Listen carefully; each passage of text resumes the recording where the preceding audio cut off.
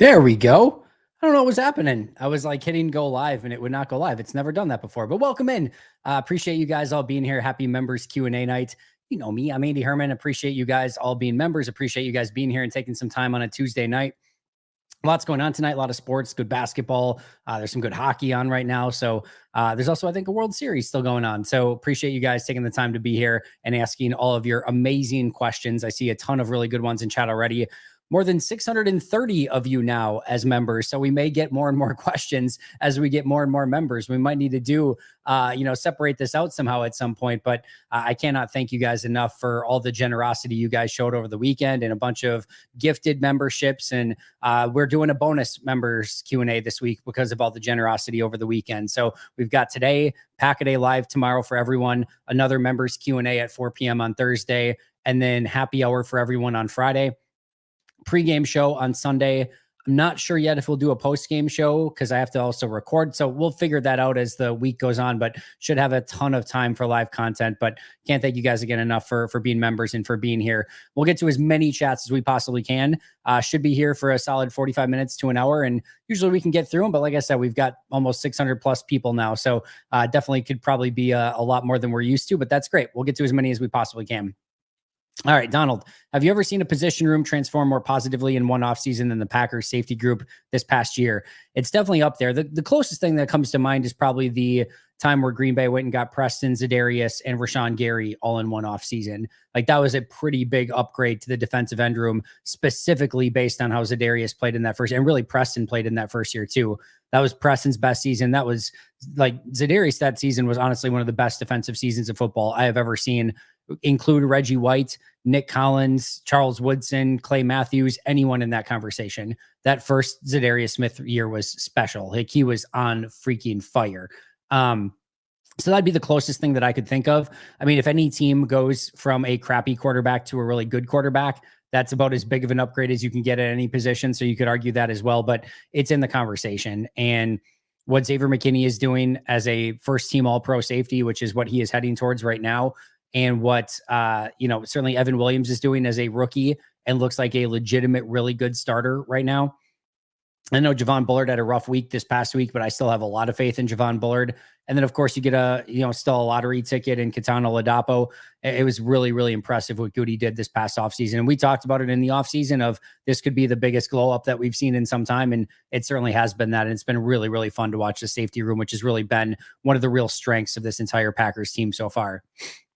Andy, how would you rank Malik Willis among all 32 backup quarterbacks, middle of the pack, top 10, or even top 5? All right. I don't know. Is there an easy way to see all NFL backup quarterbacks? Let's see if we can do this. Let's see. All right. Let's see if we have this right here. This is just what came up. So I don't know how accurate this is, but we'll just go through it. Jake Browning. I would probably take Malik Willis, although Jake Browning had a really fun postseason and push when Burrow went down at the end of last year. So one's close, but I'll take Malik Willis. Jameis Winston, I know, is now starting, but he was the backup there. Shouldn't have been. We can have that conversation a different time. I would probably take Jameis Winston. Gardner Minshew, Aiden O'Connell, I guess, is the starter in this situation. So I will take probably Malik Willis with how efficient he's been right now. I'll take Malik Willis over Davis Mills. The Justin Fields conversation would be interesting. I would probably take Fields, but that's an interesting conversation. I would take him over Mason Rudolph. Rudolph would take him over Jarrett Stidham, would take him over Nick Foles at this point. Andy Dalton, I would probably take just based on experience. But I mean, it depends on what you're talking about, right? If I needed one game, I think I would take Dalton, but I would probably take Malik Willis with the youth and the upside more, so it just depends what I'm looking for there. I would take Willis over Josh Dobbs. Joe Flacco is now the starter. I would take Anthony Richardson over, and just his potential and upside over Malik Willis. I'd probably take Malik Willis over Drew Lock. Minnesota, I think they have Sam Darnold listed here. Obviously, that's not the case. Is probably what Nick Mullins. I'll take Malik Willis. I'll take Malik Willis over Cooper Rush. I will take him over. I think I'll take him over Sam Howell, although that one's pretty interesting. I might take Howell actually in that scenario. I'll take him over Tyrod Taylor. I'll take him over Mitch Trubisky and Carson Wentz. I'll probably take him over Jimmy Garoppolo at this point, just because what's your play with Jimmy Garoppolo? You know what you're getting there. There's no upside. There's a ceiling to it, right? I'll take Jacoby Brissett over him right now. Marcus Mariota, I'll probably take Mariota, but that's a close one. Tommy DeVito, I will, although we already talked about Drew Lock and they're both on the Giants. So again, this was just one like what came up right away. I think he's probably in the top half of backup quarterbacks, maybe in the top third. I'd say he's probably in the top third of backup quarterbacks. And you could probably make at least a conversation for him with just about any of those. Maybe there's 2 or 3 that are very clearly ahead of Willis, but you could at least put Willis in the conversation right now. And there's probably some starters out there that you could have the conversation with right now as well, sincerely. So he's definitely probably, I would say probably somewhere in that 30 to 40 range of quarterbacks, maybe 28 to 45 range of quarterbacks in the NFL right now, which is not a bad place to be if you have a backup QB. Mirko, I thought about this exact same thing as it was happening. So Mirko's question is, I wonder if Chris Brooks would have punched it in rather than going down if Narveston was still the kicker in that game. I'll say this.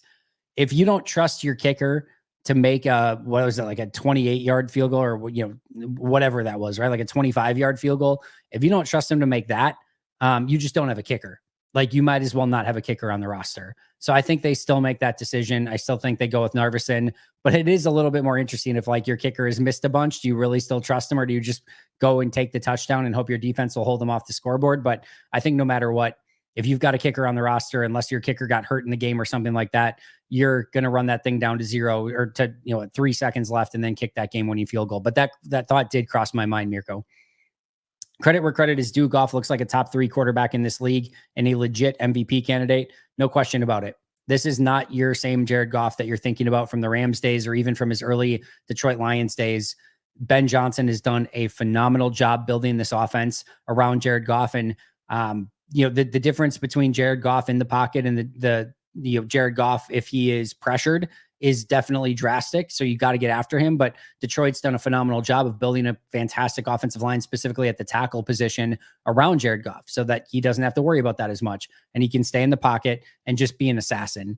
And I don't know that any of us ever would have expected to be talking about Jared Goff in that way, but he is an assassin in the pocket. He will pick you apart. His accuracy is phenomenal. He will see and hit all layers of the field. And the offense is built for him. Like, one of the real beautiful things is in the NFL is when you have a mixture of talent and play calling and scheme and design and play calling all rolled into one. And when you have all of that meshed together, which I think Detroit does with the sort of controlled chaos of Dan Campbell, with the beautiful play design of Ben Johnson, with the assassin-like quality of Jared Goff, and then you surround it with great offensive line and guys like Penei Sewell are right on that line, and Frank Ragnow at center. And then 2 really phenomenal backs, one of the better receiving tight ends in football, and one of the best, I will say possession receiver, but just best receivers in football in general, and Amon-Ra St. Brown. And then when he's not suspended, which again, he had another apparent issue today, but Jamison Williams as a potential deep threat, it's just, it all comes together, right? And you've got the motivation of Dan Campbell, the smarts of Ben Johnson, and all these phenomenal players. And it just mixes so perfectly. I'll say this, had it not been for the injury to Aiden Hutchinson, which I think is a massive injury, I think they just were by far clear and away the best team in the NFL. And I'll also say this, the best team in the NFL doesn't win the Super Bowl every year. I think Green Bay would have a couple more Super Bowls if the best team in the NFL just won the Super Bowl every year. It doesn't work that way. And we saw Green Bay go into Detroit last year and beat a very similar Detroit Lions team, one that actually had Aiden Hutchinson too. So I think this is going to be a really fun game. Green Bay is a fantastic football team as well, extremely well coached, has a ton of talent, as we know. And I'm really, really looking forward to this matchup, regardless of who's at QB, who's out for the Lions, who's out for Green Bay. This is going to be a tough-nosed battle, and I'm excited to see how Green Bay responds to it. Snoop Robbie Rob, thoughts on Jamin Davis? Did you like him in the 2021 draft? I'd have to go back and look at my notes a little bit. If my memory serves, I liked him. I don't think I loved him, but I did like him in that draft. But I love the pickup. I mean, I absolutely love the pickup. I can't tell you how many times there have been players that have, like, with first, second, third round talent, and we've seen it at quarterback, right? This, like Sam Darnold, Baker Mayfield, Geno Smith. We've seen it all over the place with quarterbacks, but it's not just quarterbacks where players get sort of like Rasul Douglas is a phenomenal example of this, right? Rasul Douglas, I think, was a top 100 pick, if memory serves. He was a 99th pick, so barely, but top 100 pick. And he was given up for and passed around practice squads. And then all of a sudden he gets in the right scheme with the right team, and they find a way to utilize him, and he becomes awesome. And Green Bay has done a phenomenal job of this overall. And I'm not saying I wouldn't go into this expecting like Green Bay just found a really good linebacker. In all likelihood, he probably just sucks, right? Like that's probably the most common end result of what happens out of Jamin Davis. They bring him in. Think of like Jalen Smith when they brought in Jalen Smith a couple of years ago, and they brought him in. He was a former early second round pick that would have been like a top 10 pick had he not had the massive injury at the end of his college career. And you brought him in and he got I think a game or two in Green Bay and everyone's excited about it. And then he wasn't good. Right. So that's the most common outcome here. But there have been players, again, like a Rasul Douglas and like many, many others who just get in the right system, in the right team. And I love being the second team as well. Sometimes it's just not a scheme fit or a team fit or an organizational fit with one player, and they go. And the other thing that you have to remember too is sometimes players with first round expectations just feel all of that pressure, and it just condenses on top of them that they have to be this unbelievable first round pick. And for Jamin Davis, and I don't know that any of this is the case, right? I'm just saying maybe he just never felt like he could live up to that, or there was too much pressure, too much expectation. They tried changing positions on him. He's going to go back to it. It seems like they announced him as a linebacker, right? So he's going to go back to his primary position and get to come in without any of that burden of expectation. He's not even on the 53-man roster. He is a practice squad dude that just got cut. So he's got nothing to lose, and Green Bay can bring him in. You know, they got Campanelli who will unlock players like this, and that's the exact linebackers coach that you want in this situation, and he fits what Green Bay likes to do. So absolutely love this signing.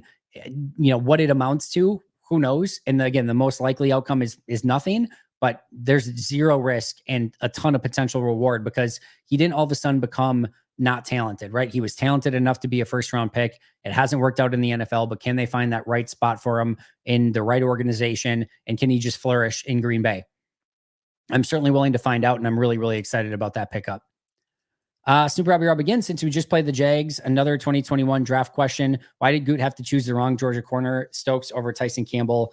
Who did you like better at the time? I didn't really like either, if I'm being honest. I did not like Stokes. I really did not like Campbell. I probably like Stokes slightly more, and that's just one I will have to live with and got wrong. But I wasn't a big fan of either. I usually like a little bit more of the agile, kind of twitched up, change of direction sort of corners. That's more the type that I go for in the draft a little bit more. I just think you're somewhat limited when you're just more that straight line, speed, physical, and, athletic style corners, which I think both Campbell and obviously Eric Stokes are. Campbell's definitely been the better of the two. I would have got that one wrong, but again, I wouldn't have picked either of them. And certainly Green Bay has got that one wrong. I don't think it's like this massive one. We're not talking about a Kevin King, TJ Watt situation here, but they definitely would have probably liked to have gone back and had Tyson Campbell instead of Eric Stokes if given the opportunity with the benefit of hindsight. Would Uche for 6 just been a waste for the Packers? I wouldn't say that it necessarily would have been a waste. Again, this is another player that was drafted high that you can take a flyer on with a 6th round pick. I don't hate that at all for Kansas City. If Green Bay would have taken a flyer, and got Uche for a 6th, then, they probably would have had to release one of those defensive ends. So maybe Brenton Cox gets either included in the trade or just released outright. I would have been fine with it. Like a 6th round pick is, I'll say it's basically nothing, but we know what Goody can do with 6th and 7th round picks. So it's not nothing. So I don't think that it's a big issue that they didn't make this move. I would certainly have been fine with it if they wanted to make that move. And I think any sort of fresh blood at defensive end right now would give me some level of excitement, if I'm being honest. But I think it's up to Goody and Green Bay to figure out, is he the right player? Is it the right situation? Is it the right scheme fit? And clearly they did not feel it that way for what was a very minimal cost for, a former top 100 player in Uche. So I'm fine with him not going after it, and I would have been fine with it if they did go after him. But nice pickup for KC and a pretty low risk sort of proposition for them on the defensive line. Donald Lee, Andy, thanks for all you do. We are blessed to get daily, well-informed, unbiased viewpoints, pro scout level player evaluations, and someone who keeps us grounded no matter the outcome each week. I appreciate that, Donald. I try my best. Not always going to be perfect. I will make bad evaluations, like, maybe having Eric Stokes ahead of Tyson Campbell every once in a while. I'll have a bad take every now and then. I'll have a bad day every now and again, but it is very, very fun to get to talk to you guys and just break down Packers every single day. I always look forward to it. And, certainly the community that we've built and the great questions from you guys and just all the support has gone a long way in making it even that much more fun and that much better. So appreciate the kind words. And thank you, Donald, for being a member and that all you do to support the channel. RJ, what's good, Andy? What's the latest on Marshawn Lloyd? Any idea on what his role is when he gets healthy? No news yet. We'll see if on Wednesday if he's practicing or not, meaning tomorrow. And that would mean that they open the 21-day window.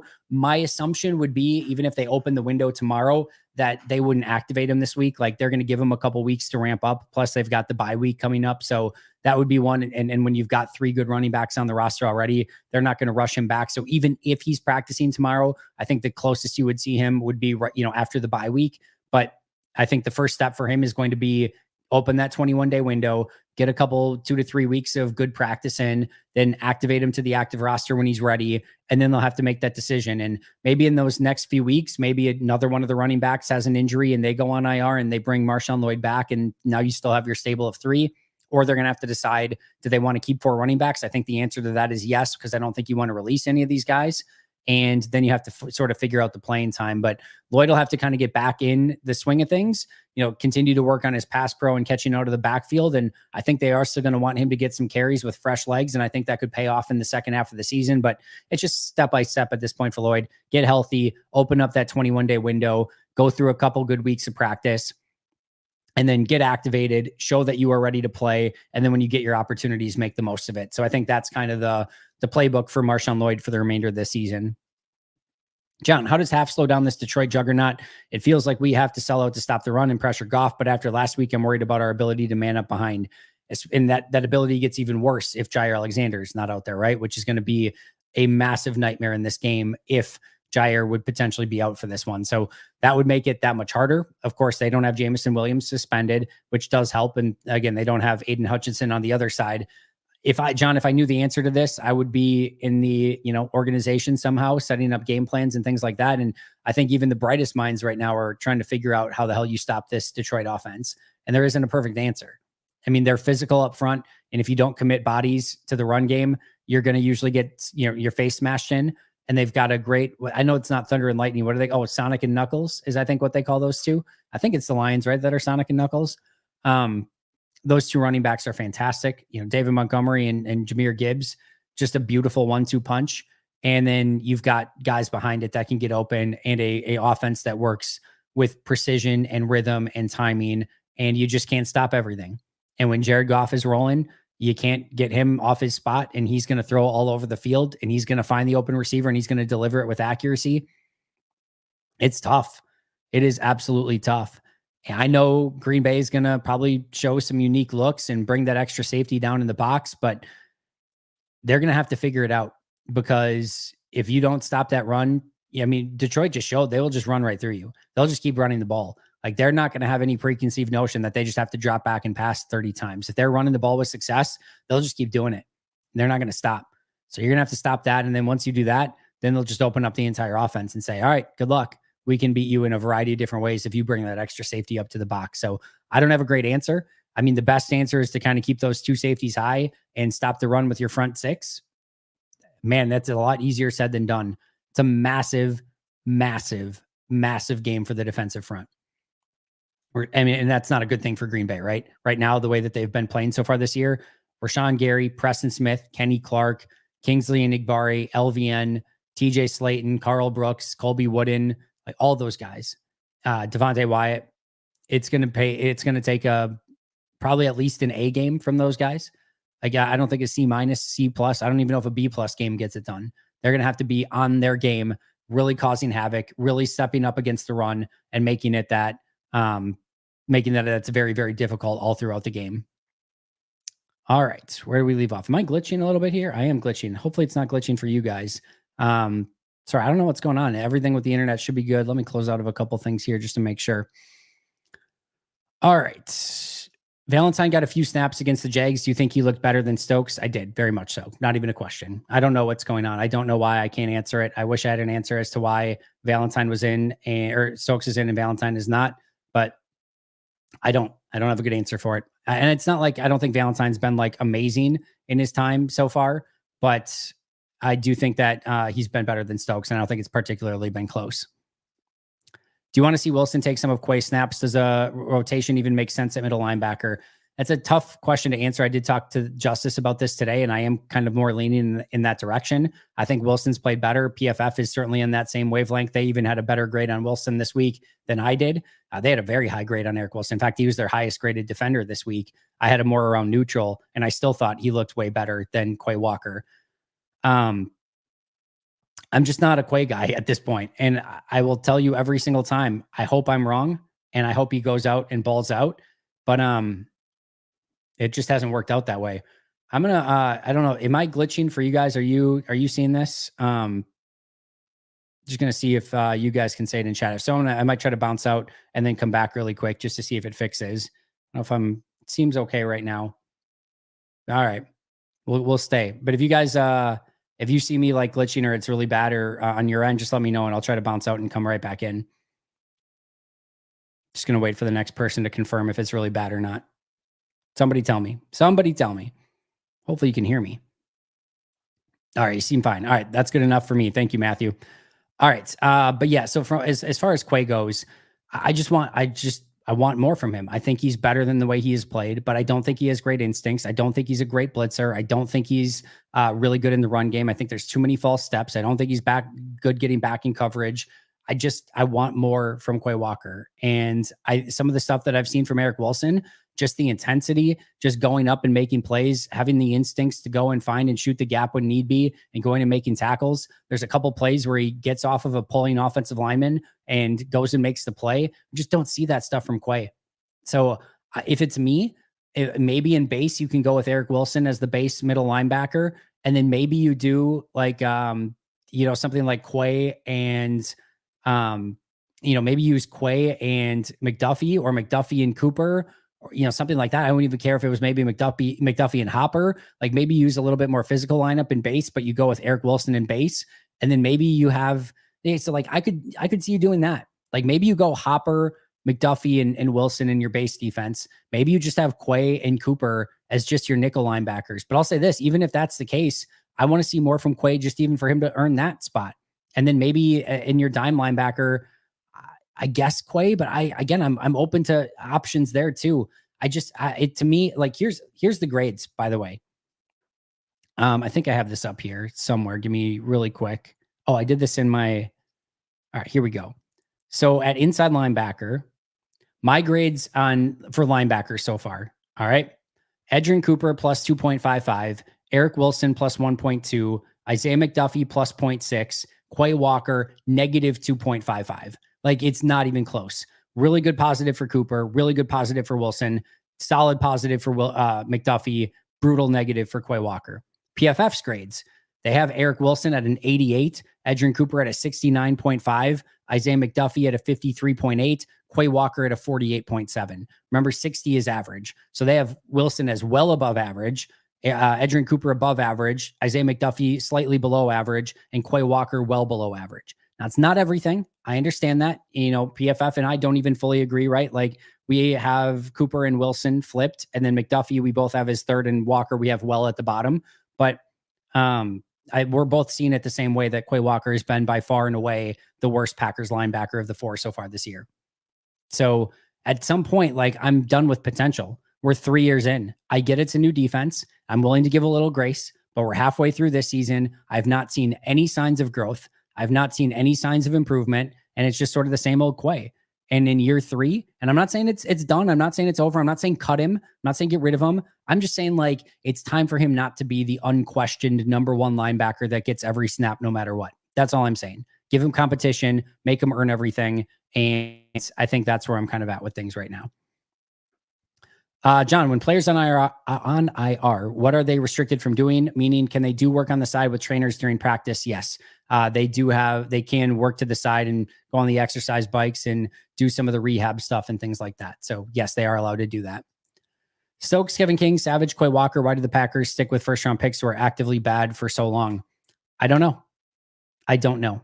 It is definitely something that they probably need to do a little bit better job of, is kind of like, I will say one of the worst things that you can have happen is give up on a player too early and then they go out and have a ton of success on another team. We're just talking about Jamin Davis, and hopefully that happens where it works out for Green Bay that way, where Washington gave up on him too early and Green Bay picked him up. And, like top 100 pick in Malik Willis, Tennessee gave up on him probably too early. And Sam Darnold and Baker Mayfield and Geno Smith and some of these teams just giving up on guys way too early.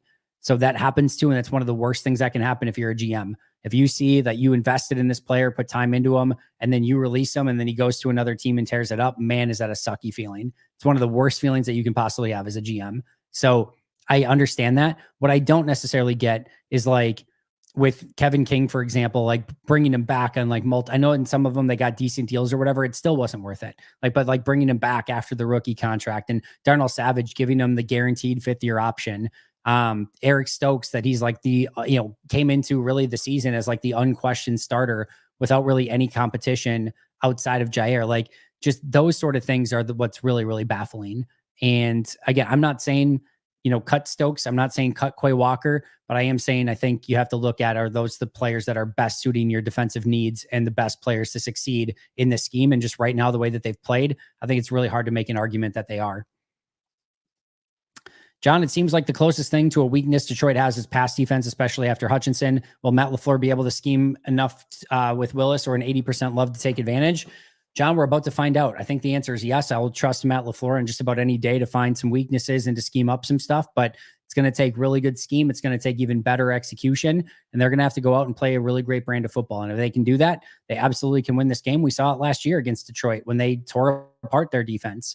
So if they can do that again, I like Green Bay's chances, but they're going to have to play a very clean brand of football, efficient, no turnovers, and really taking advantage of the opportunities when they get them. And it's going to have to be a well-called game for Matt LaFleur as well. It's going to take everyone if they want to beat this Detroit team who's just really playing fantastic football right now. So many blockbuster trades happening as we approach the deadline. Is the Malik Willis trade still the best of the season, with him basically adding 3 wins to the Packers record?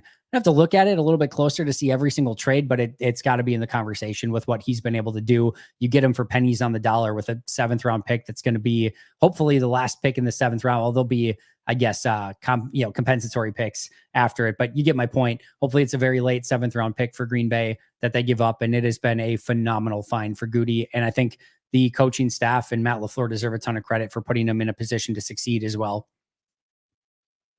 The team is aging me. I never know what they are going to play like on either side of the ball from one drive to the next. When and how did they start being more consistent? Well, I think the first thing I'll say is, yeah, I know Detroit has put on a clinic as of late, but like this is just NFL football. Like every single game is its own unique entity, and everything that you've done in the past, like for example, Jacksonville was a terrible, no good, very bad red zone defense, right? But what did I'm sure they do all week long, because they've been a awful red zone defense. I'm sure they focused on it all week long and tried to make it so that it wasn't as much of a weakness and that they had a better game plan for what Green Bay was going to do in the red zone. And I'm sure they worked on it all week over and over and over, and they got in the game, and Jacksonville's defense in the red zone played better than they had all season. Like something that you go back and look at and think is a massive weakness for Jacksonville, they did a really good job in this game.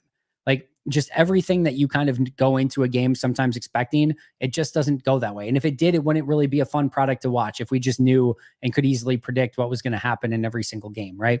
So would we all love to see the offense be dominant every week and the defense be dominant every week and the special teams be great every week? Sure. There's just not many teams that are doing that at a consistent level. And you can look at teams around the league, and even the best offensive teams are going to have a down game every now and again. Even the best defensive teams are going to give up some points now and again. And same thing with special teams. So I think this is the nature of the NFL. There's 32. Oh, there's like, I don't know, not 32 for sure, but there's a lot of really good football teams that can do some things really, really well that are going to challenge you every single week. And if you don't have your A game, it can be a long day for you. And we saw that again with a really good Baltimore team. Kansas City's the only undefeated team, and I actually think they have a decent amount of flaws. And so much so that they're continuing to go out and trade for players to try to fill some of those gaps on their team right now. So again, I think this is just the nature of the NFL. There's nothing that's overly or massively concerning for me. I just think that they have to continue to get better, wiser, continue to learn as they go along. It's still a very young team and hit their stride at the end of the year. And that's what we're all hoping for. And I think they can definitely do that. Richard, I would like to preface by saying I like LVN and hope he succeeds in Green Bay. Do we need to start discussing LVN in the same vein as Eric Stokes' second year and Quay Walker's second year? LVN's a very, very, very interesting case study. In the fact that I want to look at PFF again, because I don't know that I've looked at this actually. I'm curious what grade they have on him. They have all right, so they have a very bad grade on him. So he's at a 48.3. I have him right around a neutral grade. I'm just pulling up my stats right now, or my grades. I have a negative 0.3 grade on him, which again is right around neutral. If we're doing that in PFF grades, it's probably like a 58. They have a 48.3 on him. I think the first thing that gives you a lot of cause for concern, PFF has him charted with 5 pressures. Like, that's brutal. I mean, that is absolutely brutal. 5 pressures on 129 pass rush snaps. So 5 out of 129, I'm sure they have this listed somewhere, but I'll just do the math, is what, 4%, 3.8% of pass rush snaps. So 2 out of every 50, 1 out of every 25, basically, right? And 1 out of every 25, he's getting some pressure. 1 out of every 25 pass rush snaps, he's getting a pressure. Like, that is a nightmare fest. I will say, I think as a run defender, he's doing a good job. He's giving good effort. I think he can certainly chase things down from behind. We've seen that in multiple situations and scenarios. I really like how he's holding up on the edge. So there's some things that he's definitely doing well, but that's not what you really, kind of drafted him for. Is you drafted him to be a big time player, a pass rusher, a difference maker, and he's not been that. You kind of knew coming in it was going to be a little bit of a project, but you wanted to see growth in that project. I think that's the biggest concern for me. I think as a run defender, he's shown much better instincts and awareness, which is something. I think as a pass rusher, there is no signs of growth whatsoever. In fact, I could even probably argue that it feels like he's taking a step back. I don't know if it's paralysis by analysis or he's not trying to do too much. I can't even say that because it doesn't look like he's trying to do anything as a pass rusher. I can't point to anything that he's like, oh yeah, that was an attempt at a plan. I just don't see that. So I'm not willing to give up on LVN. I'm not selling stock completely. And I don't think LVN has been the like unmitigated nightmare like sometimes you get with some of these picks where it's just like we're not talking Demarius Randall or Quentin Rollins type player here. We're not talking about somebody that's in there and is actively hurting the team, but he's not helping the team in the way that you would hope or expect. And that's still a major bust at this point for a top 15 pick. And I think it was Wendell Ferreira, and I always mess up that name. He had a great tweet today. I'm gonna see if I can find it really quick. Give me 1 second. Wendell Ferreira, Brandon Carwile tweeted, and he said, quote, "Just because Lucas Van Ness isn't good right now doesn't mean he won't ever be good." But Wendell quote tweeted that and said, "This is correct. And it's also correct to say that when your first round pick usually takes 3 years to be good, you have a process problem and are failing to generate rookie contract surplus value." It's a mouthy way of saying when you are drafting a player in the first round or in drafting a player, period, right? What you're hoping is that you get a very good player that is on a super cheap deal right now. So take Rashawn Gary as sort of an example of this, right? With Rashawn Gary, it's like, let's just say that he was playing still really good football right now, and he's okay right now. Let's just say he was still playing really good football. Like taking Gary at pick 15 and having him play really good football in years, 4, 5, and 6 or whatever is not the worst thing in the world. Like that's still a valuable use of a pick.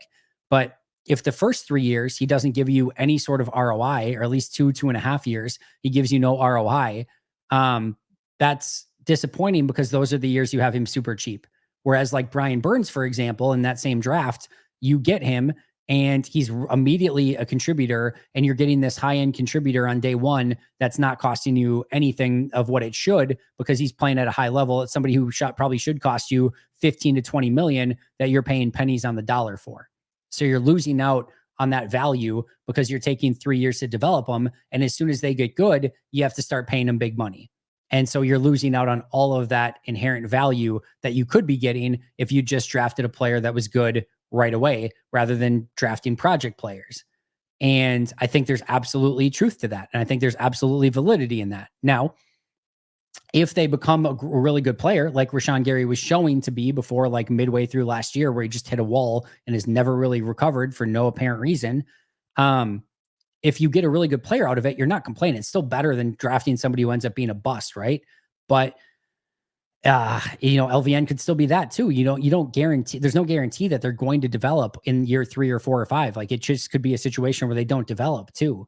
So it's definitely a risk, and it's one that has definitely paid off for Green Bay at times, but I would still probably look for a different philosophy long term rather than these project players that take 2 to 3 years. You still don't know if you're going to hit on them even then, and you're losing out on all that potential value right away because they're taking 3 years when they're super cheap and not performing at a high enough level to kind of pay it off. So I think Wendell's absolutely right in that situation. All right. Here we go. Ben, see that Minnesota grabbed Cam Robinson from Jacksonville. Did he actually play Sunday, or was he out still injured? He did not play, or at least he did not start. I don't think he played at all. He was active for the game. The expectation was that he was going to start. Then he did not start, which was weird. And I kind of in the back of my mind was wondering, like, I wonder if they're trading him. And then they did trade him this week. So I don't think he actually ever got in the game for Jacksonville this past week. He did not. So he didn't play any snaps, but he was active for the game and on the sidelines with a helmet ready to go in. But they started Walker Little in his place, and then Walker Little just played the entirety of the game. Will Malik Willis get a second contract with Green Bay? I'm going to lean no. I'm going to just say that Malik Willis is probably going to go hunting for a quarterback job if he continues to play anywhere near this level. And even if he doesn't get like a very clear opportunity, maybe some team that's in, QB purgatory, like let's say New Orleans is still in QB purgatory at that point, right? Would they like maybe give him like a $5 million, like 1 year, $5 million deal, but he gets the opportunity to compete for a starting job? Like if you're Malik Willis, you probably take that over anything that Green Bay is giving you, right? So I think that could be the situation where he just looks for at least an opportunity to be a starter where that just doesn't exist in Green Bay. So my guess is he probably does not, but my guess is he probably plays out his contract both this year and next year, then becomes a free agent. Green Bay hopes he probably gets a big contract, and then they can get a compensatory pick in return for him signing elsewhere. All right. If Malik starts this weekend, what are the keys for the Packers to pull off a win? I know he has played really well, but just see teams figuring him out. Yeah, I mean, that definitely could be the case, right? And Detroit's not the exact team that you want to go against in this situation. This is not Indy. This is not Tennessee. This is not Jacksonville. This is Detroit. This is Detroit, man. This is not the Super Bowl. We're talking about Detroit. But I think they're a very physical team in Detroit. I think running on them like the way that you did against Indianapolis is probably just going to go out the window if you don't have that passing threat. And I think you're going to have to be very creative in finding ways for Malik Willis to get the ball down the field and take advantage of some opportunities that are, and Detroit's just not going to give you either. They're going to make you work for everything. So they're going to make it a grind out game on offense. They're going to make you go, 70, 80 yards. They're going to try to out physical you at the line of scrimmage. They're going to try to contain Josh Jacobs and make it that Malik Willis has to beat you. Now, he's done a little bit of that. He's been super efficient, but again, against defenses that are far less impressive than what, in my opinion, Detroit will be. So it's going to take a great game from Willis. It's going to take a great game plan from Matt LaFleur, and it's going to take an offensive line that goes out and really busts their ass and creates some running lanes for Josh Jacobs and goes and out physicals a very physical Detroit Lions team. Titletown, who's your cards? Am I crazy for thinking we don't need to make any trades in this roster Super Bowl caliber? Feels like the team is in a good spot locker room wise, and it would do more harm than good. I don't know that I would go as far on that second. Like you can find good players that are good locker room players. So I don't know that like you should turn away from it because you don't want to upset the locker room or anything like that. But I will say, like, I definitely think that there is the right amount of talent and depth on this team. I think it's more of you have to get more out of Kenny Clark and Rashawn Gary and Preston Smith and LVN and Eric Stokes and some of those players that maybe aren't playing their best yet. I think that has to be the goal. I think rather than, finding somebody that's going to, you think is going to reinvent everything, that usually doesn't happen. Doesn't really work that way more often than not. So I think for Green Bay, can you look for a trade that makes you incrementally better here and there? Something for a day 3 pick? Sure. If something makes sense, do it. Do I think they need like a Myles Garrett or something like that? No. And I think their bigger thing is, can they get some of these players that are really good players just playing at a better level than they have so far? And Ben is correct too. Need to stay healthy. If there's injuries, this week, then that could change what they're looking for at the deadline next week. Also, am I crazy for thinking that Detroit fans clamoring for Za'Darius are a little off base? He had a couple really good seasons in Green Bay, but his production and speed have kind of fallen off a cliff. I'll say this about Za'Darius. You want Za'Darius on your team for a year in small spurts. You don't want him around your franchise for long. Like his first year in Green Bay, phenomenal. Then everything kind of fell off. His second year was fine, by the way. It was a good second year. It wasn't anywhere near his first, but it was a good second year. And then things fell off a cliff. His first year in Minnesota was fantastic. He was awesome his first year in Minnesota. I think his first year in Cleveland, I have to go back and look, but I think his first year in Cleveland was pretty good. Like he is somebody that you get in the locker room and immediately you love and everyone falls in love with. And like, why did like this not work anywhere else? And then like you get him in year 2 and you're like, okay, I see it now. I'm ready. We can move on now. We're good. We're good. If he wants to go somewhere else, that's fine. So I think if Detroit gets him for like, the rest of the season, they probably get that, 8-9 game experience with him. And he probably goes and does a really nice job. And I wouldn't necessarily be excited about that if I were a Packer fan, because he usually does it in small spurts, gets to a new spot, tears it up for a little bit. And then for whatever reason, it goes awry after that. But if they can get that 8-9 game spurt out of him, or 10-12, whatever, are left on their, trek to what they hope is a Super Bowl path, that could work for them. But if they try to do it into something where they re-sign him and give him a 3-year deal or something, good luck with that, because that has not worked for anyone at this point with Za'Darius Smith. Who would be backup for Willis if Love can't play? That's a great question. Do they not? Why am I drawing a blank here? Do they not have any QB on the practice squad? Is that a true thing? Oh, no, they have Sean Clifford still on the practice squad. Yeah, so Sean Clifford would be the backup. So that's easy. I was like drawing a blank for a second. I'm like, they didn't get rid of him, did they? But yeah, so Sean Clifford, backup QB if Love can't go. Do you think, and I would possibly be still that like Love might, like, let's say Love's like 65%, but they don't want to risk it. Like they could theoretically make him the emergency third quarterback just in case something did happen to the top 2, where at least you could hand it off out a pistol and call the offense and maybe do some short throws and things like that. So that's probably better than like an emergency quarterback, like playing a wide receiver there or something. So they could theoretically make Jordan the emergency third quarterback in that situation. Do you think they will resign Rasheed Walker, and when would they have to? I think that they will give him all of this year and all of next year before that they would make that decision. I think they will make him earn that. So he's not a free agent until 2026. I think they will let him hit free agency in 2026 and then make the determination at that time. That would be my guess with Rasheed. Bolliker 19, in your opinion, which positions have the best chance of succeeding in a bad environment, bad coaching, play calling, culture? Pass rusher is probably one that I would say. Like if you're a good pass rusher, I don't know how much it matters if your scheme is bad and your play calling is bad and everything like that. Like if you can get after the quarterback, you can get after the quarterback. And there's usually not much more to it than that. So I would say even if you're in a bad, you have a bad coach, a bad scheme, a bad everything, but you can get after the quarterback, you're probably going to get after the quarterback. I think offensive line to an extent is the same, although having a bad O-line coach is definitely can be very detrimental. So I would say those are probably the ones where you're kind of doing some similar stuff over and over. Now, if you're like a young offensive lineman and you need the technique work and you go into a bad culture and a bad offensive line room and things like that, it could absolutely set you back or derail your career. No question about that. But I think if you're already like a fantastic offensive lineman or a fantastic pass rusher, regardless of scheme, coach, environment, you can still go out and be a phenomenal lineman or a phenomenal pass rusher. I think to an extent, I would put maybe running back a little bit in that conversation as well. But I think my answer would probably be offensive lineman and specifically pass rusher. Sebastian, hi, Andy. I never played football before. I'm not from the US. How does an under center versus shotgun pistol affects for an injured quarterback? Is it because there are more steps to do? Yeah, I mean, if you think about it, right? So if you're under center, you're usually, kind of turning around and there's more steps.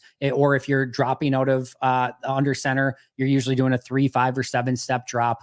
And so there's just a little bit more movement there, where if you're in pistol, like you can just turn around and hand off, right? It's just, it's more of a pivot. It's not backpedaling and then pivoting. It is just a pivot where you're handing off. Or if you're in shotgun, you don't even need to move. You can just kind of hand it to your right or hand it to your left as they kind of come across your body. So, yeah, just a little less movement from I guess just a movement standpoint and how much your legs actually have to do. The more you're under center, the more movement that there is and the more activity, the more stress there is on your legs or whatever injury that you might have. So I think that's the big thing. Whereas again, If you're pistol, pivot, shotgun, just hand off, and it's a lot easier that way and a lot less stress on your lower body. Corey, what would GM Andy do to improve the cornerback room this season? I would be calling as is probably my answer. It's one of the hardest things to try to gauge is like where value is, because like if you would have told me even some of these deals like Deontay Johnson went for a swap of what, like a 6th and a 7th round pick or a 5th and a 6th round pick, I would have been like, that doesn't seem like anything. And so like what you're getting in return and what it would cost for certain players. And then you have to obviously look at their contract as well. And if you want to take that on, like Greg Newsome's got a guaranteed contract next year that I wouldn't be super excited to take on. So I think my answer is that I would just be calling around to teams that are clearly going to be sellers at the deadline and see, can we improve the corner room? And I think that's definitely something that would be worth your while, because I think that this is a position group that has okay depth, but not great depth. And you're a Jair injury away from, I think, being in a really bad position. So I would absolutely be calling, seeing if there's something that I can do, maybe, willing to include a corner that's already in the roster if need be to make that upgrade. If you don't feel like you have the spot to add a corner, I'm okay with all of that. And like the name that I thought of yesterday that I don't think that they would do, just from a contractual standpoint, but that would be very interesting, would be Jalen Ramsey. He's somebody that would make so much sense, because with him and Nixon both having slot and outside ability now, like in certain situations, you could put Ramsey in the slot and then Nixon on the outside. You could put Ramsey on the slot, Ramsey on the outside, Nixon in the slot, and vice versa, and really have a lot of different looks there. Like the idea of a defensive backfield that includes Jalen Ramsey, Jair Alexander, Xavier McKinney, Evan Williams, and then either Nixon or Bullard as that 5th guy. Whew. And it gives you so much more optionality, versatility, adaptability. That would give me a lot of excitement. Now, I do think the idea of Jalen Ramsey in general is better than the player Jalen Ramsey. I still think he's a really good player, and I still think he's playing at a good enough level that I would pursue something like that. But there's no guarantee that that would, completely work. And I'm not saying that that needs to be the guy or that you need to go that crazy either. I just think you call around and see if you can make an upgrade that would give you a better corner. And maybe you include Eric Stokes, if it's a team that's going to need a corner just to get them through the year or whatever, or just to kind of get that off your roster so you have that spot available, whatever that may be. But I'd be calling around and doing my due diligence to see if we can make an upgrade there in some capacity. Oh man, we are still at 7:05 for questions here. Holy potatoes. All right. It looks like we slowed down a little bit with questions. So I will get to all those super chats, I promise, guys. We'll still try to get to as many as we can. I know you've discussed this a bit already, but any clue why we aren't seeing more Valentine? Agree with the sentiment that you and Justice have been I'm pretty done with the Stokes experience. I honestly don't know. I wish I did. I wish that I had some feeling as to why they feel like Stokes is better than Valentine. I just don't see it. And if anything, like, just try it at this point, because Stokes has not been good enough where you feel like, even if Valentine's getting outplayed in practice by Stokes, like, let's just try it in games and see. There are a couple of plays that I really liked from Valentine in this past game too. When he did get in there, he came up and he just completely jammed the player. Like, I just like his mentality. So I wish I had an answer for you, Techwin, but I don't. If it were me, I would definitely go with Valentine in that situation. Edge rushers ends need to step up big in this game. They need to win one-on-ones. Imagine just how much better this defense would be if they actually were beating the person across from them. I couldn't agree more, Brandon. It's going to be massive for them to do so in this game. And it's going to be really important that they do so for the remainder of this season, because the schedule does not get easier. The playoffs are going to be very, very difficult, and they're going to need to win those one-on-ones if they want any opportunity to succeed come playoff time. All right. We think LVN could be the next Howie Long. Can the coaches get this done? Man, I just want to take a passable pass rusher at this point. I mean, Howie Long. I mean, we're talking about a Hall of Famer for a guy that's winning on 4% of his pass rush snaps right now. Like, let's just take some baby steps first, Honora, before we get to Howie Long conversation. I can't remember the last time I was actually excited to see our D play week in and week out. It's legit fun to see these rookies dominating and or just making a difference in each game so far.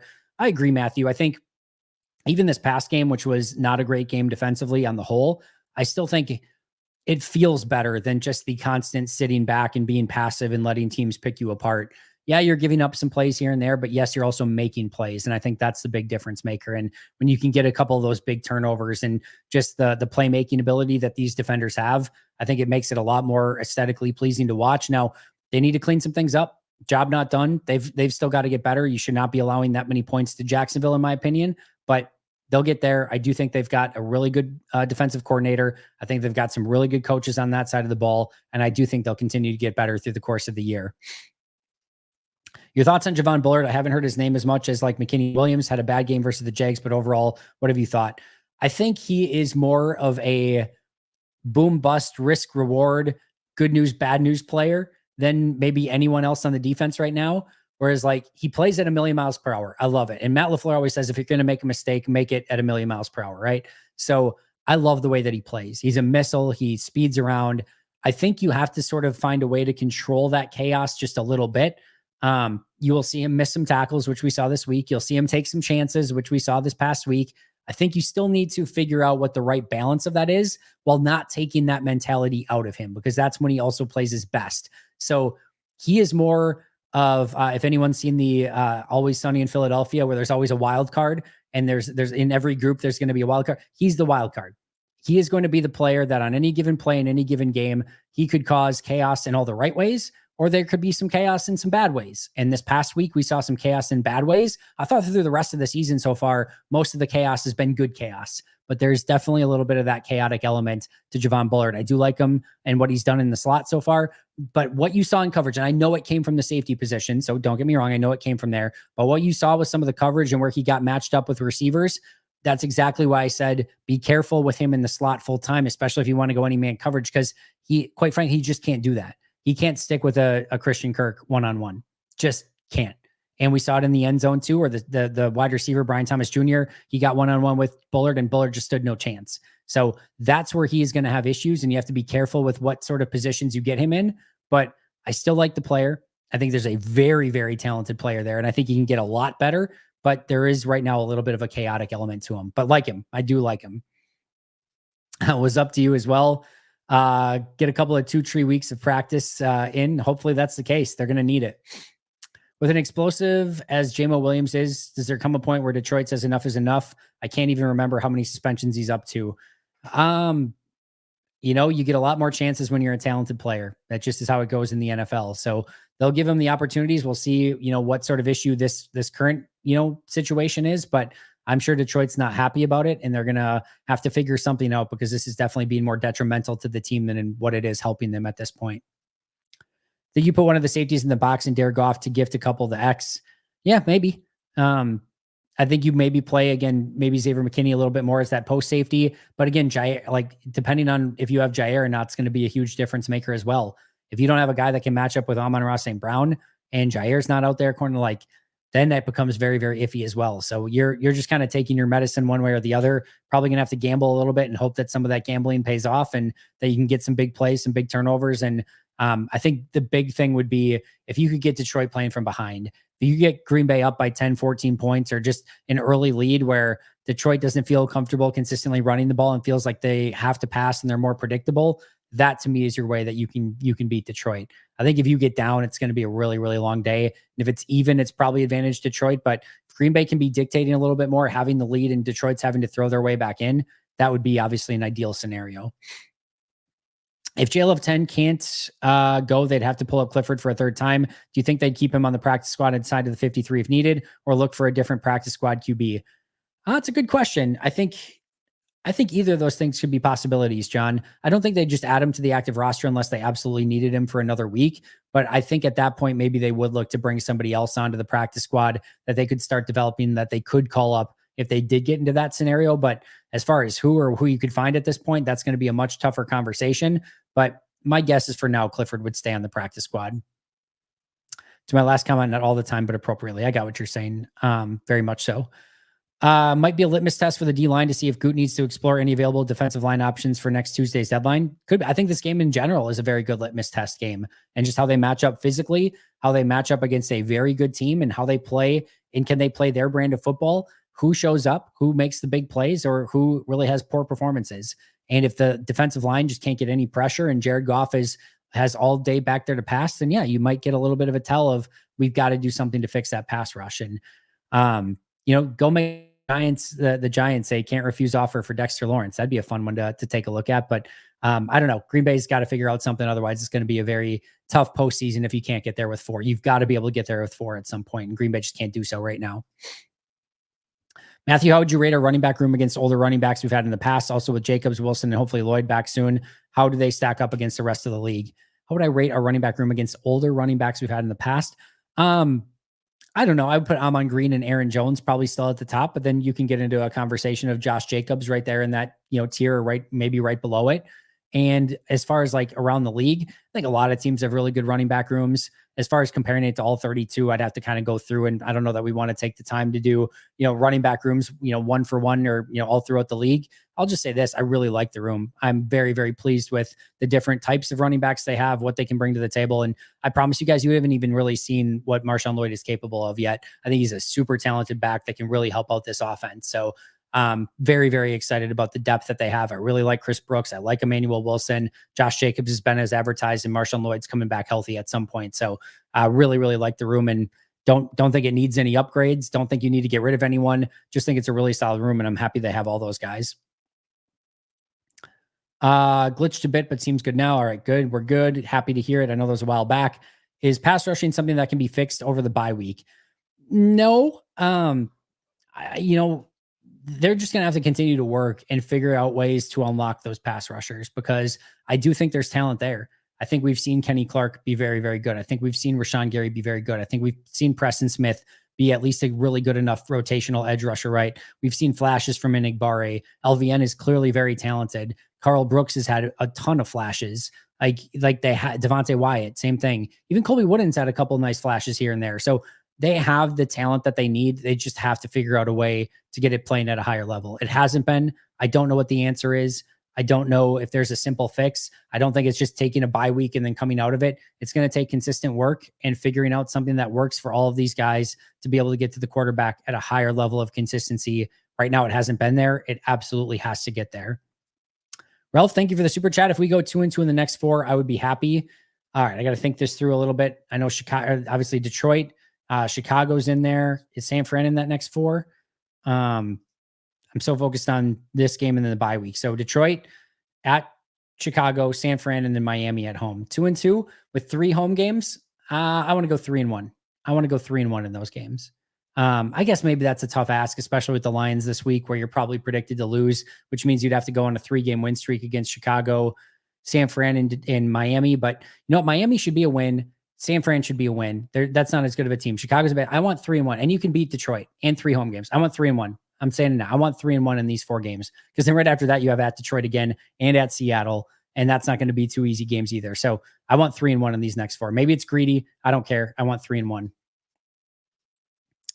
All right. Is Tyron Hopper anywhere near picking up a few snaps? No. And the reason I say no very confidently is with Quay Walker out, if he didn't sniff the field for a play or two, now Quay's going to be back and he's just going to be completely buried, right? And they just picked up Jamin Davis for a practice squad guy. Like, and not that necessarily affects it right now, but I will say, no, if he didn't get in when Quay was out, I don't see how he gets in once Quay is back. So I'm going to definitely say no on that one. Hope to get the offense rolling like last year soon. I think they just need, Jordan healthy and getting a few weeks together with a level of consistency. I think him being in and out and injured and not 100%. And I think that's been really a huge detriment to them so far. So whether he plays this week or not, hopefully he can get healthy over the course of the bye week, come back, with a healthy game against Chicago, get rolling a little bit. It's going to be a tough game against Chicago's defense, but start to get rolling against San Fran, whose defense is nowhere near as good anymore. Miami's defense, who's not very good, and just start heading in the right direction. I think they will. I very much think they will. Kind of agree with Nags. Get Cooper out there. Sure, he'll make some mistakes, but better to give him reps and time to overcome the errors in the postseason. Me too. I want to see more of Edgerrin Cooper, not less. And I get, like, if you don't want him in there in base or on obvious rundowns quite as much, okay, it's fine. But I need him out there as much as possible because he's just been too good. Matthew, what would you say Bo Melton's strength is compared to the rest of the receiving core? I'd love to see a game like late last season where Bo was fed and on fire. It was so fun to see him do that. First of all, he's a phenomenal run blocker, great intensity. Like, he really gives a ton of effort as a blocker, which is really, really fun. He's got phenomenal speed. I think he's a good enough route runner. I think he's one of those guys that you can kind of scheme open a little bit too. You can do some gadget stuff with. I think, the unfortunate / fortunate thing with Bo Melton is he's kind of like if Jaden Reed is like the A+ version of Jaden Reed, I will say that like Bo Melton is probably like the B+ to B version of Jaden Reed. And you just don't kind of need two of those guys at the same time. So if that's the case, it's tough to kind of get both of those guys out there consistent. I'm not saying Bo Melton can't do some other stuff too, but he's unbelievable Jayden Reed insurance, where if Jayden Reed goes down for a game or two, like I honestly think you can just put Bo Melton in that role and get like 80% of the production. Like I really, really do. So he's a beautiful insurance policy for Jayden Reed. It's just really tough to do both of those simultaneously because you just kind of don't need both of those types on the field at the same time. And Jayden Reed's the better version of it. So you're going to continue to feed Jayden Reed. But I really like Bo Melton. I hope he sticks around for a while yet. And I still think there's ways that they should maybe try to utilize him a little bit more. But, when he gets his opportunity, like we saw last year, he can absolutely make the most of it. What a weird year. Who is the MVP of this team so far? Waylon, X, Jacobs, or Willis? Xavier McKinney to me. I think it would be Xavier McKinney. I don't think anyone else is particularly close.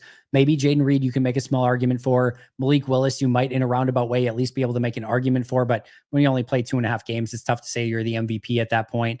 So I'll go Xavier McKinney so far. And I think that's a pretty easy answer. Can JJ Watt work with LVN, please? Yeah, bring him in by all means. I'd have no issue with that. How long before Mike Wall gets hired to be a pass rush specialist coach? Doesn't he have in being a former player for this team? I mean, usually when you're like an offensive guy, you coach the offense, not the defense. But listen, anytime, if I talked about it the other day, get smart people in the building. The more smart people you can have in the building, the better. Mike Wall's a super smart dude. Just get that guy in the building and find ways to have him help your team. And however that is, so be it. But I love Mike. I think he'd be a phenomenal add to any NFL coaching staff, to be honest. Salute chat. R. Smith, good to see you. Do we as fans overrate Christian Watson, or has his lack of production just been due to the love, injuries, and kind of wonky season thus far? I don't think Watson's had like this unbelievable season. I don't think he's separating quite at the level as maybe we've seen in the past. I think there's some things that he can clean up. I don't think he's overrated per se. I don't think he's underrated. I think he's a really solid player. I want him on the Packers. I love the mentality that he brings. He's a phenomenal blocker. He's extremely unselfish. And I think just his gravity as a player that, kind of brings people with him down the field when he runs those 9 routes, I think is super important. And I also think that he will play a big role with this team at some point. But I think he's only been okay so far this year. I don't think his lack of opportunities is directly related to anything other than he's got to, I think, work a little bit harder to get open in some of those scenarios.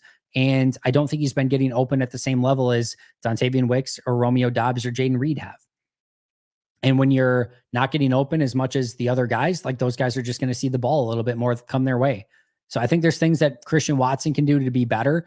Still love him on the team. Still think he has a massive role to play on this team, but I don't think it's been like this huge disservice that he hasn't been getting the ball more. I think he's got to work to get the ball a little bit more, but I also love his unselfishness. And I do think we're going to see all these wide receivers ebb and flow through the course of the year. And we'll very much see a Christian Watson breakout at some point this season. I would be very surprised if we didn't. Shane, thank you for the super chat. Appreciate that. I feel like Josh Myers has been playing great in the run game. Is he going to get a second contract or go the way of JRJ? Thanks for all the content. I had really liked the way that Josh Myers was playing up until this past game. He had a really rough game this week, his worst game of the season. He did have the wrist injury, right? So I don't know if that played a factor or not, but if you had been playing consistent football all season long, then suffer an injury, and on your first game, since that injury, you play very poorly, I mean, you feel like there's a correlation there, right? As far as contract, I do believe he will get a free agent contract from somebody else in the offseason. And I think when you have Elton Jenkins, who can play center, Jacob Monk, who can play center, Sean Ryan, who can play center, Zach Tom, who can play center, and a starting line potentially of Rasheed Walker, Sean Ryan, Elton Jenkins, Jordan Morgan, and Zach Tom already, I think you probably let him get that big contract elsewhere and then restock the cupboard with some draft picks and maybe a free agent depth piece here or there. But I think you probably go about it that way. So right now, my expectation is that Myers will not be back. If they brought him back and he has a really nice rest of the season like he did prior to this last game, I'd be totally fine with it. But I think he probably gets like a 3-year, $35, $36 million deal on the open market. And I think you let him sign that somewhere else. Andy, do you own a cheese hat, and do you ever wear it during games? I do not own a cheese head or a cheese hat or anything cheese related other than cheese itself. And I love cheese. I eat a lot of cheese. My cheese drawer is probably filled with like I don't know, 10 or 11 different cheeses upstairs right now. So love cheese. I just don't need it on my head, and nothing against it. It's been a cool concept. I had one when I was a kid, but no, we have no cheese head or cheese head in our house at all. Xavier McKinney has caught more passes this year than Bo Melton. I don't have that. Didn't have that on my bingo card to start the season. When do you think Melton will become more involved? Yeah, we just talked about this a little bit, but I think he's an unbelievable insurance policy to Jane Reed. I think they're a little bit too similar to get on the field at the same time. And I think if something were to happen to Reed or just their wide receivers in general, I think you'd see him get a lot more playing time. I think he's rightfully the number 5 wide receiver. I think Watson, Wicks, Dobbs, and Reed are all better, and I think that's fine. But if you ever need him, I think he can put some really impressive performances together like we saw last year. And I would still love to see him more because I think he's super talented. But I think him slotting into that number 5 spot is probably the right role for him right now. But I do think there's probably a hidden gem line in there somewhere. Donald, it's just tough from a roster standpoint. He came on late last season because of injuries. I totally agree, Ben. Do you believe Eric Stokes will get enough interest as a free agent to generate a compensatory pick for the Packers? I do not. And I think, like, even if he did, well, I don't know. I don't know if they're going to go and sign somebody like in a massive free agent way. So if Myers would get like a 4th or 5th round comp pick, and and Stokes would maybe get like a 7th round pick, like maybe they don't sign anyone unless they're released, which would keep those comp picks available. So maybe they could pick up a couple comp picks that way. But if they want to go sign a free agent or two and they would ruin their comp pick, I don't think Goody's going to be too upset by it. Cause it's not like they're going to get like a 3rd round pick for anyone. So if it would be like a 7th round pick for Stokes. Andy, quick question, not really Packers related. How do you feel about people using we when referring to their favorite team? I noticed you don't use we too much. Was wondering your thoughts. It's different when you're a fan or if you're covering the team. If you're covering the team and you say we, it's a big faux pas. So as much as I am very unapologetically both fan and analyst, right? I'm not trying to hide the two. I'm very much a big Packers fan, and also while being an analyst, not trying to pull one over on anyone. And I think it's a strength, not a weakness. I still think when you say we as an analyst, it's still a faux pas. So it's something that I'm very cognizant of and try not to say. Every once in a very great while, a we will slip out. It's pretty rare that you find one. And usually, even if I say it, I try to spin it as like we as a fan base and not we as a Packers team. But it's pretty rare that even it does sneak out in the first place. So definitely cognizant of it. Definitely try not to use it just because, especially on the radio, or if I'm going to go on like a national radio show with like Amy Lawrence or something like that, it just looks really, it doesn't look professional. So I've definitely cut it out of my vocabulary as much as possible and try not to use it as much as possible. So that's where I'm at with the we sentiment. But as a fan, like if I wasn't covering the team, like say a we all you want, especially from a Packers standpoint. We own the team, baby. Like we are the owners. So I know that's, take that for what it's worth. But if any fan base can do it, the Packers fan base can do it. And I have no problem with fans doing it, period. But as an analyst, you have to be a little bit more careful with it. When you have a player playing 2 positions, Nixon nickel, outside Bullard, safety nickel, do you separate the grade at all? If not, have you considered it? Would love for that extra data for those 2. I have not done it. I have not done even like, I know some people would like, how do they do in pass defense versus run defense or passing game versus running game, things like that.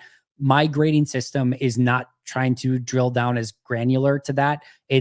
Was their overall impact positive or negative on the game? And it's different than PFF. Everyone has a little bit of different ways of doing things. But what I want to drill down to is what players, regardless of position, and some positions are more valuable than others, and that comes out in the grades, but what players have had the biggest impact on the game in a positive way? What players have had the biggest impact on the game in a negative way? That's what I want to know. That's my own way of doing it. That's why I started doing it in the first place. So, it's not exactly apples to apples. If you want like a perfect grade between a quarterback and a center and an inside linebacker, they're all going to have a little bit of a different, sort of scale to it and things like that. But my ultimate breakdown that I want at the end of the day, which players have the most net positive impact on the team, which players are the most net negative impact on the team. And that's what I'm searching for, regardless of if it's run defense, pass defense, running game, passing game. If you're a center, a quarterback, a safety, it doesn't matter. That's all I want to know. And then at the end of the year, I can calculate out of who had the biggest impact, in a positive way, who had the worst impact in a negative way, and what's everything in between. And that's personally what I want out of it. Javon Bullard bites too hard on wide receivers for smooth, got exposed quite a bit. So let's take that first play that everyone saw, right? They're bringing a blitz on that play. And what you're usually thinking as a DB is that if you're bringing a blitz on the play, the blitz is going to get there before the wide receiver can get to their second move. Now, it's not that simple. It's not that black and white. And I don't know how it is coached in that scenario. Jeff Hafley is a defensive coordinator that, in my opinion, is willing to take a risk here or there every once in a while to try to gamble and get a big turnover. And I love that. I think you have to do that. I think that's part of taking the ball away and being successful on defense is you have to take, just like we heard Matt LaFleur say the deep shot down the field to Jaden Reed at the end of the game was a calculated gamble. I think there are times as defenders, you have to take calculated gambles that you think can pay off, especially when you have safeties like Evan Williams and Xavier McKinney, where if Bullard does bite on that play and, you know, he gets that reception like we saw, what's his freaking name? Oh, that's going to bother me. The slot wide receiver that got injured. Whatever. Once he got hurt, Christian Kirk. There we go. I knew it would come to me. I kept like Cooper Kupp was in my brain, but Christian Kirk, once he does catch that, like that Xavier McKinney and those safeties are going to limit it to like a 20, 25 yard play and not like a 70-yard touchdown. Right. So I don't know if that was coached in that scenario to like, hey, jump that route because our blitz is going to get there before that guy gets to the second move. That's our belief on the play. And Xavier McKinney's playing deep post safety on that play. So if he does give up a play, Xavier McKinney is hopefully there to clean it up. Like I can see a world in which Hafley would say, I want you biting on that, or like, I want you to take that first move. And we're hoping that he's going to throw it because he's under pressure. And if he does, you're probably not only picking that, you're probably taking that thing to the house. Or it's possible too that Bullard made that calculated gamble on his own, saw the blitz going up, didn't think that Kirk was going to get time to go to his second move. And he barely did. Like Lawrence barely got time to get that ball off before he could get rid of it. And before he got sandwiched on that play. And Lawrence stood in there, took the hit, waited until the guy got open, and then threw a beautiful pass. And sometimes you have to tip your cap. So is it possible that he just made a big mistake on that play, meaning that that's not how it was coached and they want him to be a bit more cautious on that play? It's possible. Do I understand what he was thinking? Absolutely. Is it possible even he was coached to play it that way? Possibly. Definitely possibly. Your job as the blitzers is to get home before they can get to that second move. And they were this close to doing it. So you're either going to end up with a sack or an interception on that play because it's a race. What you're basically doing is having a race. Can you get to the quarterback before that wide receiver can get to his second move? And they were this close to winning that race. And if you do, and he's got to throw that first move because he doesn't get to the second move, it's a pick. And if or he holds on to the ball and it's a sack, maybe a sack fumble, and it completely destroys that entire drive. I don't hate the gamble. I don't. Now, again, I don't know what his coaches are saying. That's where I can only grade so much, right? What I'm looking for is like, can I understand what he was thinking? I can understand what he was thinking. I don't know if that's what they wanted or not. My guess is probably not. But I wouldn't totally put it by Jeff Hafley. And I at least appreciate what he was thinking of how that blitz would potentially get there and make that jump on the route. And if he threw it, it was going to be a pick six. So it is what it is. Sometimes you have to live with those. And I like his playmaking instincts. Just didn't work out that way. And the defense was this close to getting to the quarterback before he could throw that double move. Just didn't work out that way. Are you hearing whether Musgrave will be ready after the bye week? Also, has Musgrave ever had an injury-free season, even in college? He has had a lot of injuries. I'd have to go back to early in his college days. I don't know if he has, to be honest. I don't know when he's coming back, if it's going to be post-bye. It sounded like it was going to be a bit. So hopefully they can get him back sooner rather than later, but it may be more closer to the end of the season, but hopefully not. Hopefully they get him back soon.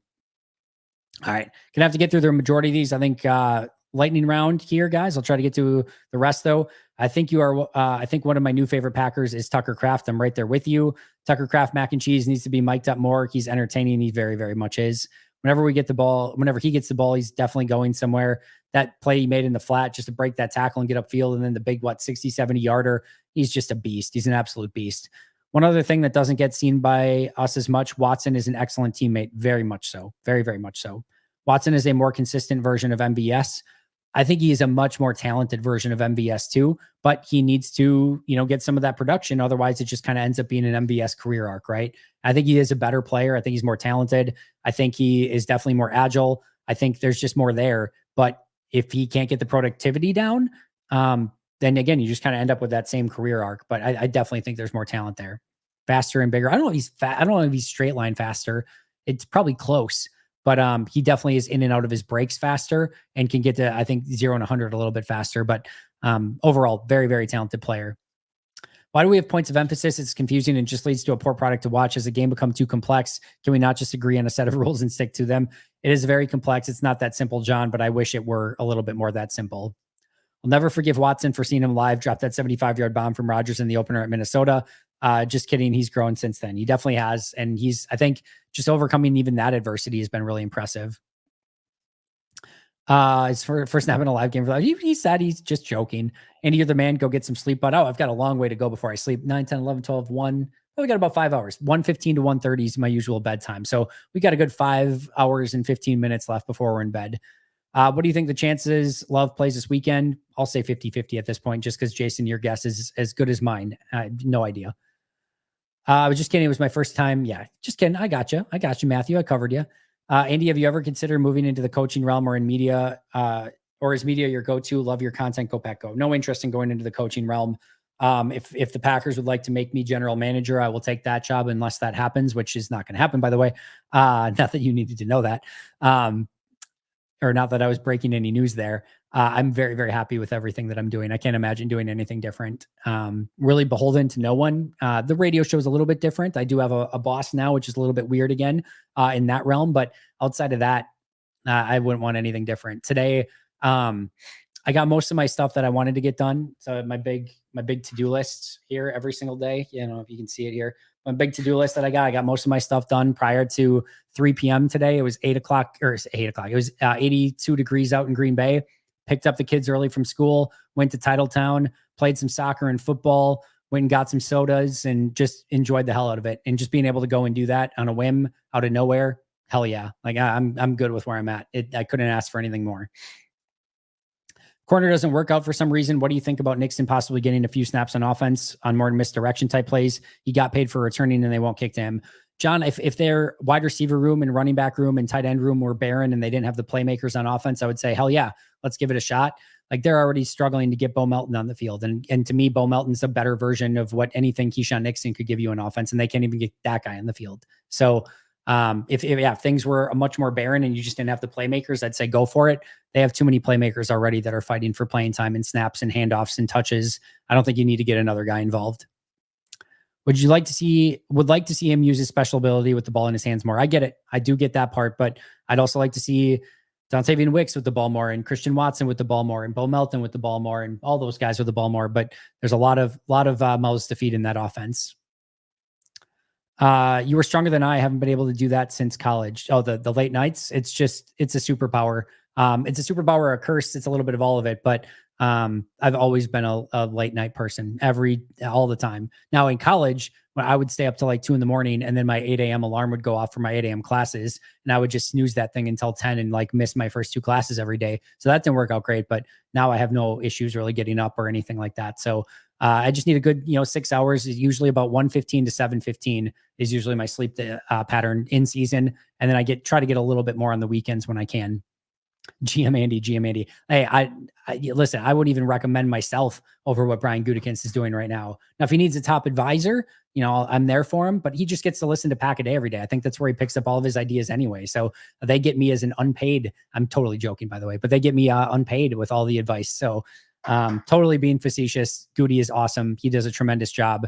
Very, very happy that he's the GM in Green Bay. And, hopefully he can get that Super Bowl because he deserves it for a lot of the work that he's done so far.